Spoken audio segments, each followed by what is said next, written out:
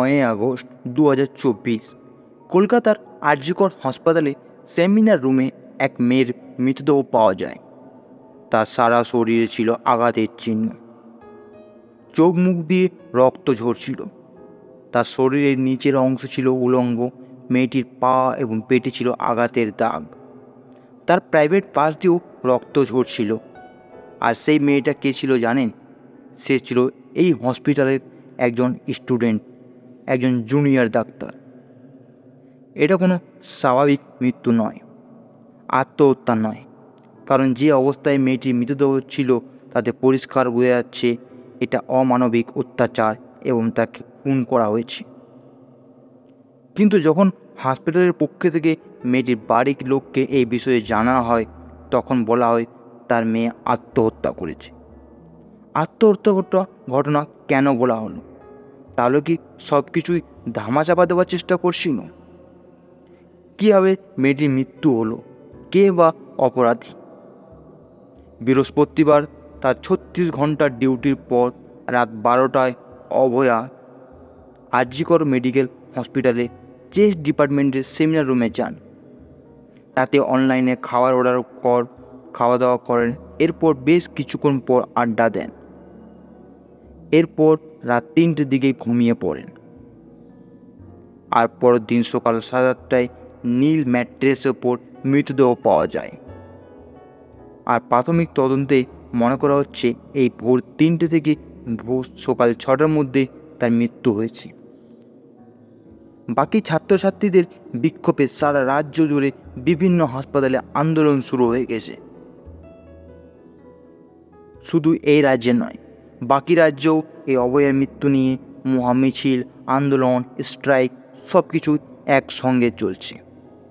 আর শেষে এক প্রকার তড়িঘড়ি করে কলকাতার পুলিশ তা তদন্ত শুরু করে। একজন ম্যাজিস্ট্রেট অভয়ের মা দুজনের সাথে সামনে রেখে অভয়ের মৃতদেহ পোস্টমর্টম করা হয়। আর এই পুরো পোস্টমর্টম থেকেই রেকর্ড করা হয়েছে। আর এখান থেকেই উঠে আসে সমস্ত ইনফরমেশন। গলার হাড় ভাঙা ছিল, মানে তাকে গলা টিপে শ্বাস বন্ধ করে হত্যা করা হয়েছিল। তার শরীরে স্পাম পাওয়া গেছে। তার প্রাইভেট পার্টে আঘাতের চিহ্ন, চোখ, ঠোঁট, মুখে সব জায়গায় আঁচড় এবং আঘাতের দাগ, গোড়ালি ভাঙা। আর এই সমস্ত কিছু ইন্ডিকেট করে হত্যা, সুইসাইড নয়। নাইট ডিউটিতে থাকা বেশিরভাগ জুনিয়র ডাক্তারই রুমে যেতেন রেস্ট নিতে, কারণ যে ডাক্তাররা দিন রাত রোগীর সেবায় ব্যস্ত থাকেন তাদের বিশ্রামের জন্য, রেস্টের জন্য এত বড় হসপিটালে কোনো পর্যাপ্ত রুম নেই। সেমিনার রুমে এসে এসি আছে, তাই সেখানে তারা রেস্ট নিতে যেতেন। শুরু হয় খনিকে খোঁজার পালা। সেমিনার রুমে কোনো সিসিটিভি ক্যামেরা ছিল না। ক্যামেরা ছিল বাইরের করিডোরে, এবং সেই সিসিটিভি ফুটেজ রাত 3টে থেকে 6টার মধ্যে 4 জনের আনাগোনা হয়েছে। সেই 4 জনকে জেরা করা হয়েছে, দেখা যায় 3 জনই রোগীর পরিবারের লোক। আর তাদের যুক্তি হিসেবে মিলে যায়।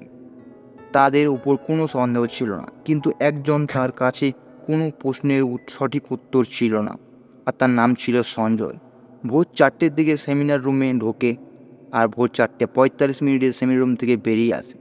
সে যখন ভেতরে ঢুকেছিল তার গলায় ব্লুটুথ হেডফোন ছিল, কিন্তু যখন বেরিয়ে আসে তার গলায় কোনো হেডফোন ছিল না। আর সেই হেডফোন থেকে পাওয়া গেছে অভয়ের মৃতদেহ যেখানে পড়েছিল ঠিক সেইখানে।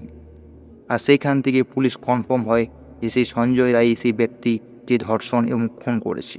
কিন্তু প্রশ্ন হলো, এই সঞ্জয় রায় হলেন কলকাতার পুলিশের একজন সিভিক ভলেন্টিয়ার। এই থেকে শুরু হয় সারা বিশ্বে জুড়ে আন্দোলন, ধর্মঘট, স্ট্রাইক। সমস্ত doctor, nurse, medical team, student, সাধারণ মানুষ সবাই এক বৃহত্তর আন্দোলনে নামে। সবাই একজোট হয়ে সবাই এই মৃতদেহের ওপর বা এই হসপিটাল ডাক্তারের ওপর শাস্তির আবেদন করে। দোষী যেন সাজা হয়, দোষীকে সাজা দিতে হবে। এই ক্ষেত্রে যেমন সব স্টেট থেকে আন্দোলন হয়, তেমনই আমাদের বাংলায় সৌরভ গাঙ্গুলি একজন বিশাল বড় আইকন। তার বক্তব্য একটু অন্য ধরনের ছিল, যেটা মানুষের পছন্দ হয়নি, আর তার সাপোর্টও পায়নি। সেই নিয়ে সোশ্যাল মিডিয়া জুড়ে তাকে একটা সমালোচনা শুরু হয়, এবং তার সমস্ত জিনিস নিয়ে বয়কট বলেও একটা পোস্ট সোশ্যাল মিডিয়াতে ছড়িয়ে পড়ে। ঠিক অপর দিকে আরেকটা সোশ্যাল মিডিয়াতে পোস্ট ভাইরাল হয় এবং এখনও পর্যন্ত ঘোরাঘুরি করছে অরিজিৎ সিংয়ের পোস্ট নিয়ে। তিনি বলেছেন ১ সপ্তাহের মধ্যে তাকে যা বুঝিয়ে দেবার বুঝিয়ে দেন, নইলে ১ সপ্তাহ পর তিনি মাঠে নামবেন বা রাস্তায় নামবেন। তখন তাকে কিছু বোঝালেও সে কোনো বুঝবেন না। তার সাথে সাথে বারবার এখন চলছে রাত দখল। সারা বাংলা জুড়ে সমস্ত স্টুডেন্ট, মহিলা, মানুষ সবাই মিলে রাত্রির মধ্যে আন্দোলন শুরু করেছে। এখন সবাই একটাই চায়, দোষী যেন সাজা পায়। সবাই একজোট হতে হবে, আর একজোট হয়ে অনেকটা পথ লড়তে বাকি আছে এখন।